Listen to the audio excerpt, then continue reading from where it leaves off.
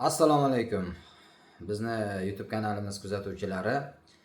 Xo'p, Belarusiyada uy sotib olish haqida ko'p savollar berilyapti. Shuning uchun sal batafsilroq video qilamanda sizlarga taqdim qilamiz. Xo'p, Belarusiyga birinchi marta kelganingizda uy sotib olish uchun siz pasportingiz bilan o'zingizni o'sha fuqarolik pasportingiz bilan kelasiz. Qaysi davlat fuqarosi bo'lishingizdan qat'iy nazar kelib, pasportlaringizni notarialniy perevod qilasiz, tarjima.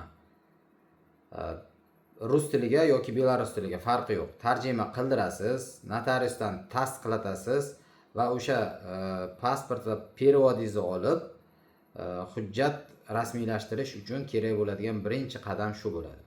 Undan keyin siz uy topasiz. Xoh $15 aytayotgan tashlandiq uy bo'ladimi yoki o'zini egasidan oldi-sotdi shartnomasi bo'yicha sotib olinadimi, uni farqi yo'q. Siz birinchi pasportingiz perevodini qildingiz, uyni topish harakatini qilasiz. Oldin topib qo'ygan bo'lsangiz, kelasiz. Uy egasi bilan birgalikda xuddi O'zbekistondagi kabi notariusga borasiz. Notariusda uyni qiymatini belgilab, qanchaga sotishlarini kelishib olib, pullarini qanaqa tarzda to'lashlarini kelishib olganingizdan keyin oldi-sotdi shartnomasi tuziladi sizlarning o'rtanglarda. Uy sotayotgan odam oilali bo'lsa, oilasi ham qatnashadi, rozilik beradi, soglasiya shunaqa narsalari bor. Agar yakka o'zi bo'lsa yoki unaqa oilasi bo'lmasa, o'zi sotib olishi ham mumkin. Sizga oldi-sotdi shartnoma qilib beradi, pulini berasiz, bo'ldi. Siz uyni o'sha dogovorni, shartnomani qo'lingizga olasiz va keyingi qadam siz BTI degan tashkiloti bor. O'sha tashkilotga borib ariza berasiz. Sizni uylaringizni hujjatlashtirib, u sizning nomingizga rasmiylashtirib berishdi. Uyni sotib olayotganingizda uyni kadastr hujjati, texpasporti bo'lishi kerak. Agar mabodo texpasporti bo'lmasa, uni o'zingiz yangitdan qildirasiz va u ham o'sha BTI tashkilotida, kadastr agentligida qilinadi. Agar BTI qilinadigan, texpasport qilinadigan bo'lsa, unda yana ozgina sizni xarajatlaringiz oshadi. Uni ekspertizalardan o'tkazasiz, uyda kelib yaroqli emasligini, keladigan nimalari bor, ko'rishadi. Endi bir elektr energiya, gaz, shunaqa narsalari bor bo'lsa, hamma tomondan kelib tekshirib, sizga hujjat berib, keyin texpasport berishadi. Shuning uchun texpasporti bor uyda olsangiz, siz ancha xarajatlardan tejab qolasiz. Agar texpasporti bo'lsa, uyingizda kadastri bo'lsa, keyingi holat BTIga ariza berasiz. Ariza berganingizdan keyin sizga BTI yerni, o'sha sizni uyingiz joylashgan yerni ijaraga olishga hokimiyatdan ruxsat olib kelishni aytishadi. Hokimiyatga borib, o'sha yer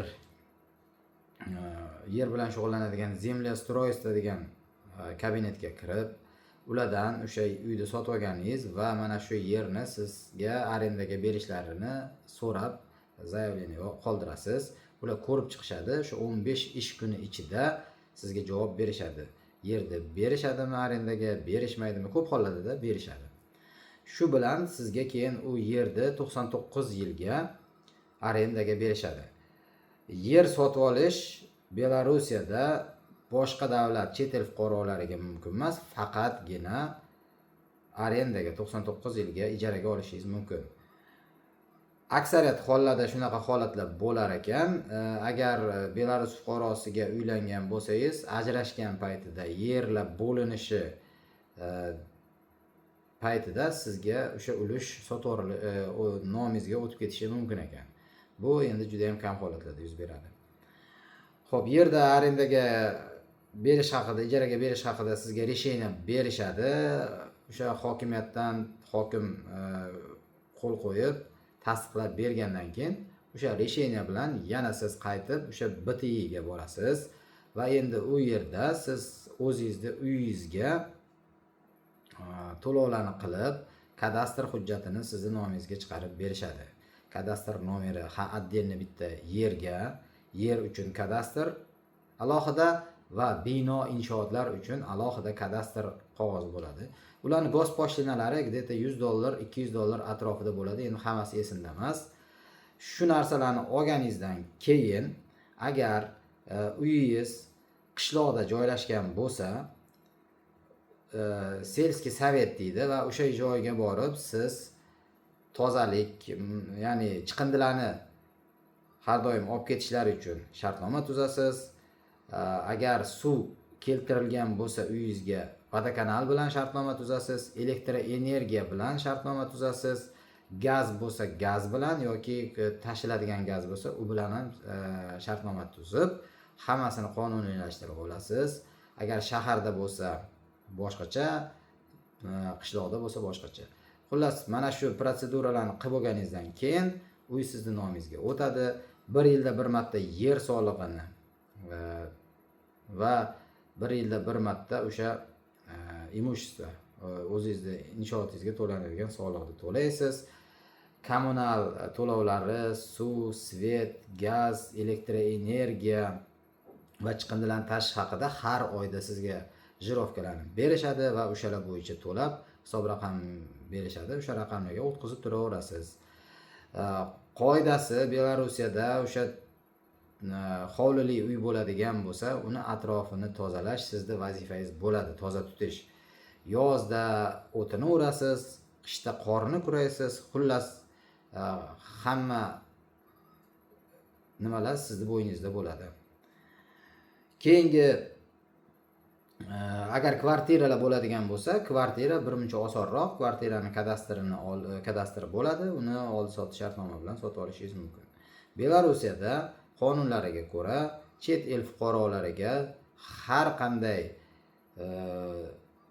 bino inshootlarni yashash uchunmi, turarmi, noturarmi yoki boshqa turdagi bino inshootlarni sotib olish va sotish huquqi berilgan. Hech qanaqa cheklov yo'q. Belarus fuqarolari qanaqa qilib sotib olsa, sizlar ham shunaqa qilib sotib olishingiz mumkin. Endi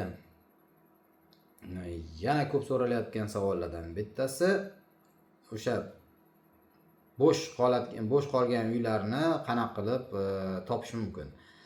Ko'plab video qo'ydim, Telegram kanalni ham qo'ydim, Instagramda, YouTube'da ham hozir undan oldingi videolarda aytib o'tdim. Reyestr bor. Reyestr пустующих дома deydi. O'sha reyestr bo'yicha qaysi viloyat, qaysi rayon, qaysi qishloqda joylashgan uy qachongi chisloda sotiladi, kim sotadi, hamma ma'lumot bor. O'shanga kirib topasiz.